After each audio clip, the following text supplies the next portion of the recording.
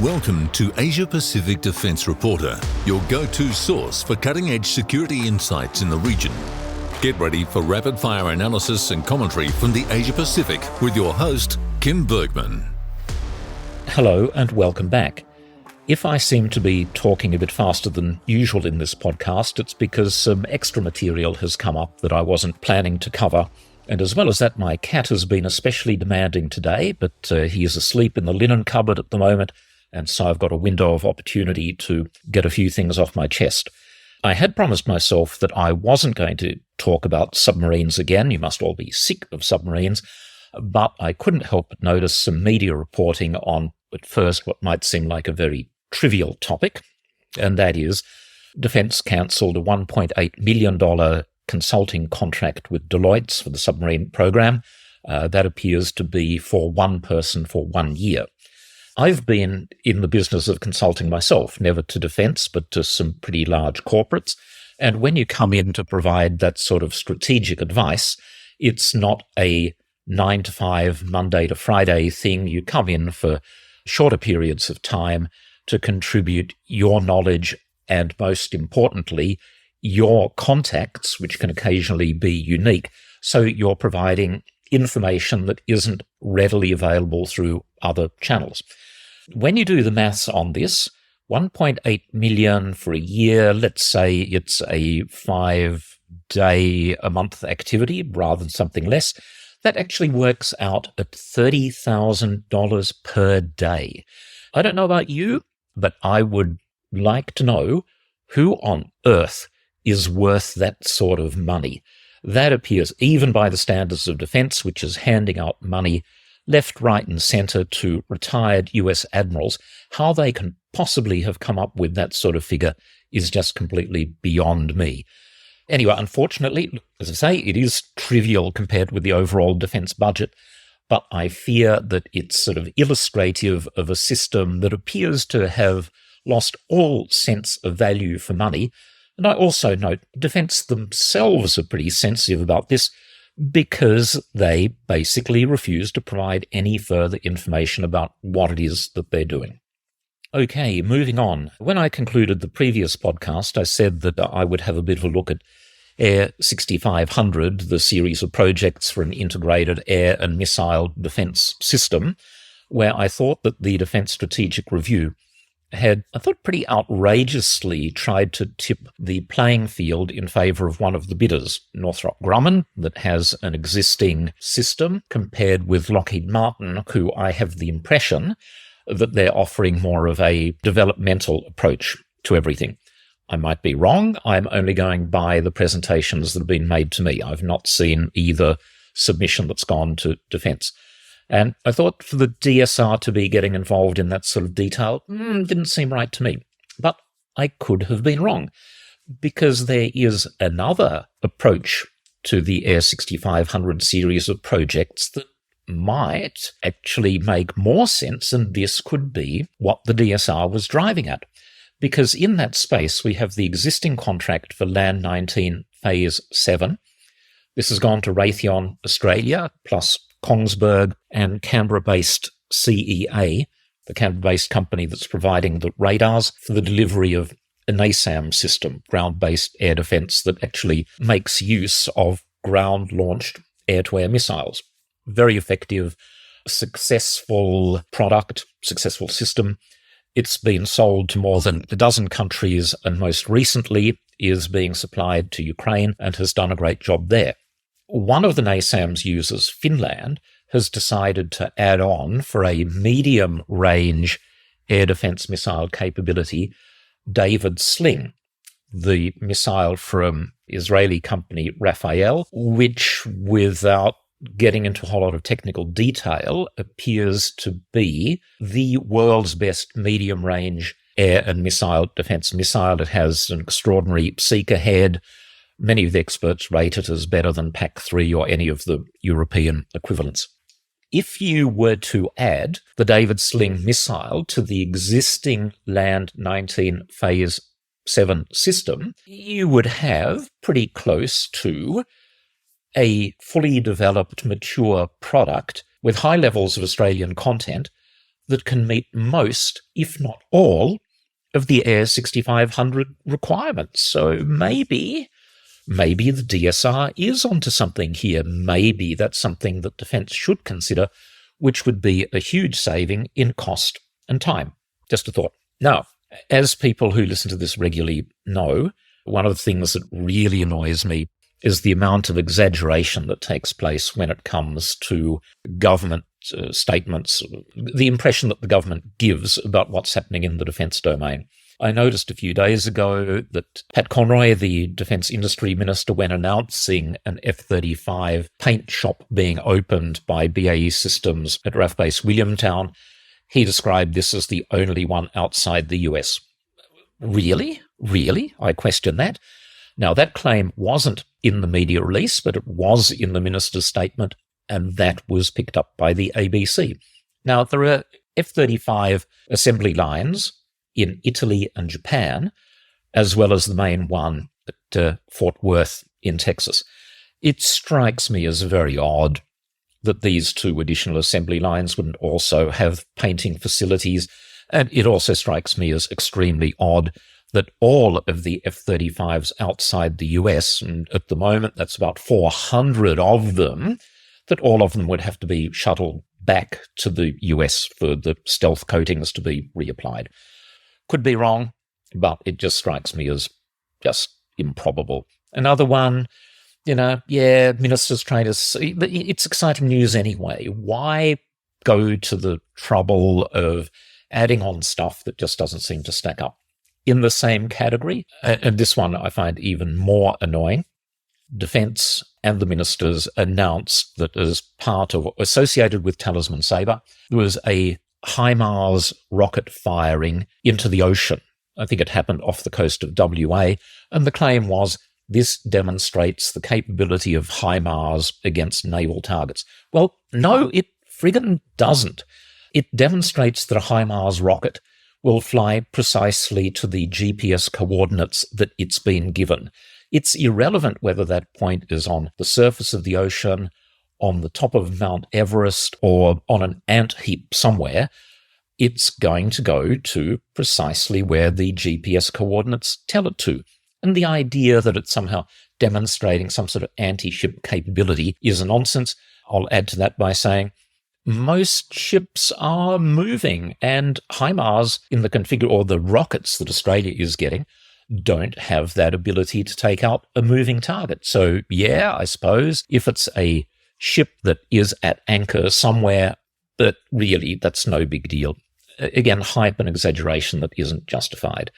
Which segues to one of the offshoots of AUSMIN in the news in the missile domain, that within 2 years Australia will be manufacturing the HIMARS GMLRS rockets.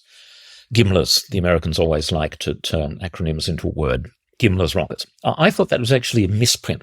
I'm not against Australia manufacturing any munitions at all, let alone something useful like a GMLRS, but this rocket was developed in 2005. And, pardon the joke, it's not actually rocket science. It needs a casing, a warhead, a rocket motor, a fuel tank, and a navigation unit. Can put all of that together, away you go. Surely we can do better than this under the GWEO, Guided Weapons and Explosive Enterprise Ordnance. Yeah, make more stuff here, sure. But really, GMLRS? There are a whole lot of other things that we could be doing that are forward-leaning, so to speak. For example, Japan and the US have a joint program to develop hypersonic missiles. Well, that's really looking into the future. When I compare that with, what are we getting? We're getting second-hand nuclear submarines, sorry for submarines again, and older generation helicopters in the form of Apache and Blackhawks. We are putting $70 million into the future PrSM missile, precision strike missile, and that is one that has course correction so you can use against moving targets. But Defence will not say what we are getting for that $70 million. So let's go to this new segment of questions Defence won't answer, and this one is from November last year. And I wish I could do sound effects, because I think I'd do the toot-toot of the, clown car horn thing. The 3 questions to Defence back in November were: what is Australia's involvement in the PrSM program? 2. When did it begin? 3. Does this indicate that Australia plans to acquire Prism, and if so, when? Nothing. Nothing at all. I think the usual standard acknowledgement that my question had been received, but not a reply. This is just such basic information that should be publicly available. No reason why it should be hidden at all. Speaking of other petty annoyances in the media domain, Defence is now inserting clauses into contracts, giving them the right to review stories prior to publication. Well, just like happens in North Korea. When I say the right to review stories, not the right directly to review, say, my stories, but if a company has contributed information, I've included that in a report, as I frequently do, and then as a courtesy sent it back to the company for fact-checking. I want to make sure that what goes out there is as close to 100% accurate as I can possibly make it. Those companies are now obliged to send that to the department for some sort of final approval and sign-off. Don't people in defence have better things to do with their time, like finding savings or speeding up process, not going through the copy of journalists looking for what? I just cannot imagine why anyone is bothering. If I had time, I'd tell you the story about how, all the time, big brave Air Force officers ran away and hid from 3 Australian journalists. If not today, I'll do that next time. It's one of a myriad stories that I find quite amusing. So staying with rocket systems for a while, and I've mentioned this in the hard copy of Asia Pacific Defence Reporter, there are at least 2 other very viable systems out there that many would argue are better than HIMARS. The first is from Israeli company Elbit, Pulse, P-U-L-S, which stands for Precision and Universal Launching System. It's a successor to a Lynx rocket launch system. You get 8 canisters per truck, compared with 6 for HIMARS, 300 kilometres range. Future growth includes launching rockets full of loitering munitions. It's not only in service in Israel, but it's been purchased by the Netherlands, Spain, Norway, and a couple of other European countries are having a very close look at it. Why haven't we studied it? No answer to that. And of course, previously I've mentioned the Korean Chunmoo, multiple launch rocket systems, 12 launch tubes, albeit a larger truck. And basically it's a more modern version of HIMARS with a lot of smart missiles which could be fully manufactured in Australia. One of them conducted a firing trial during Talisman Sabre. Do you think anyone in Australia has had a serious look at it? Well, the answer to that is no. And there's no reason why it shouldn't be considered. Following on from that, this is the segue to what I really wanted to cover, and that's to talk a little bit about South Korea, which very much wants a closer security relationship with Australia. And I'll start with the question. Okay, class, who invented the printing press? Johannes Gutenberg, right? In 1440, printed the Bible. That's what we're all taught. Well, certainly I was taught. People of my generation were taught in Australian schools, and I suspect it's, pretty much throughout the English-speaking world. 1440, Johannes Gutenberg, right? No, wrong, completely wrong. Korea, more than 200 years earlier, developed the amazing Tripakata Koreana, printed Buddhist texts that appeared on 80,000 wooden blocks. This was a national project spanning 15 years that began in 1237. And amazingly, this was to replace an earlier set of printing blocks destroyed by the Mongols in 1232 that might have been developed as early as the 10th century. This was and remains a technological marvel. These 80,000 blocks were carved with such precision that it looks like a single person had done it, though analysis tells us that at least 30 people were involved. And guess what? They still exist today in pristine condition more than 700 years after they were made. It was an astounding technological and national achievement to be able to produce these 80,000 blocks, which could print 6,000 books of scripture with more than 50 million individual characters. And while most Europeans were living in mud huts and eating dirt and bark, Korea was creating this just amazing achievement.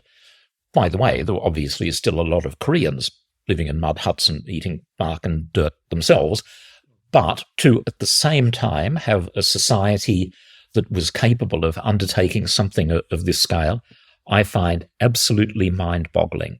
In the West, when we think pyramids, we think Egypt. When we think printing, we should think Korea.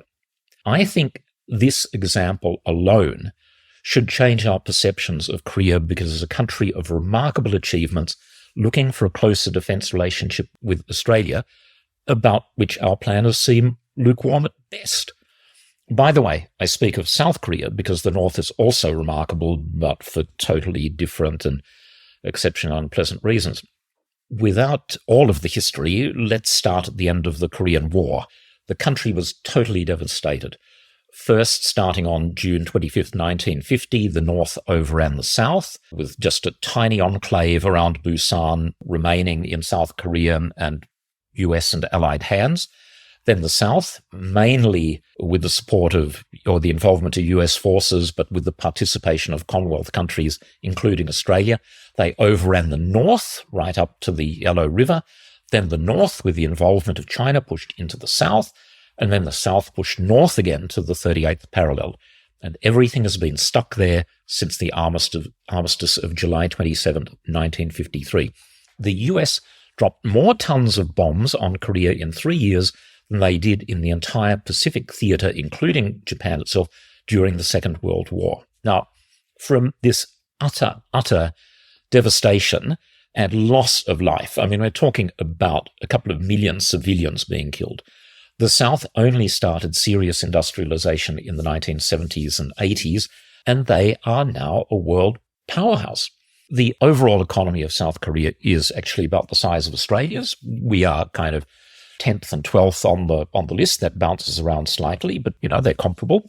The South Korean population is larger, slightly less than double Australia's, but the countries do have a lot of overlap, a lot of shared interests. Remember the excitement of our Prime Minister a few weeks ago about this so-called export of 100 Boxer vehicles to Germany. I felt that claim was overdimensioned and said so. You might recall that he was saying that this order of $1 billion was the largest ever Australian export deal. Okay, keep that in mind. Last year, Korea exported $20 billion worth of military hardware, or this sort of Boxer order every fortnight and for every fortnight of the year. Companies such as Hanwha, Korea Aerospace Industries, and a couple of others are genuine world players. The South Korean government has strategy documents for all sorts of things, but the official national security strategy of the relatively new Yoon government was released in June, and it mentions Australia 4 times. It also mentions specifically the sale of self-propelled howitzers to the army, and I think from reading the thing, the only such hardware sale that's mentioned in the entire document. It's subtitled Global Pivot State for Freedom, Peace and Prosperity, and sets out a vision for the future. This is how South Korea now sees itself. Historically, the peninsula was very isolated. I mean, we're talking for centuries. But now that has completely changed, with a country open and democratic, and it is seeing, I think quite correctly, its economic and security future very much in the direction of cooperation and collaboration, particularly with the US and particularly with Asia, in which they include Australia. And basically, having been given a taste of freedom and prosperity and democracy, they quite like it, and they wish it to continue. And the government of Korea wants to take advantage and build on regional connections and relationships. Australia, for a while, has been the 4th largest trading partner of South Korea, and now following the selection of the Hanwha Redback infantry fighting vehicle for Land 400 Phase 3, following on from the earlier sale of self-propelled howitzers, it's a relationship that South Korea wishes to build on. I mentioned the Chunmoo multiple rocket launch system, but they have space technology, warships, submarines, main battle tanks, satellites, advanced jet trainer aircraft, which would or is a strong candidate for Air 6002, they have a huge amount to offer. But back here, I find that it's all AUKUS, AUKUS, AUKUS. Well, let's hope that in next year's national security statement, the Republic of Korea gets more than a passing mention. This is a technologically very advanced country that wants to work with Australia. We should be flattered. They see the relationship as being of equals, two middle-sized powers in Asia wanting a stable and prosperous future. They also like Australia and very much respect our participation in the Korean War. That's something that very few Australians seem to be aware of, but I can tell you, having spent time in Korea, it's something that many people there are aware of and to this day remain extremely grateful for the effort that Australia put in. So I'll wrap up by saying, and this is a message for our defence decision makers and policy people and politicians, let's not waste the opportunity. Speaking very frankly, countries like the UK are declining power and never going to come to our aid. On the other hand, a rising technologically advanced nation like the Republic of Korea strikes me as being a better short and long-term security bet. Okay, I've exceeded my time limit. Thank you again for listening, and see you next time. That's today's Asia Pacific Defence Reporter. For more in-depth articles, expert opinions and exclusive interviews, visit AsiaPacificDefenceReporter.com. Stay informed, stay ahead. This is your source for all things defence. Until next time.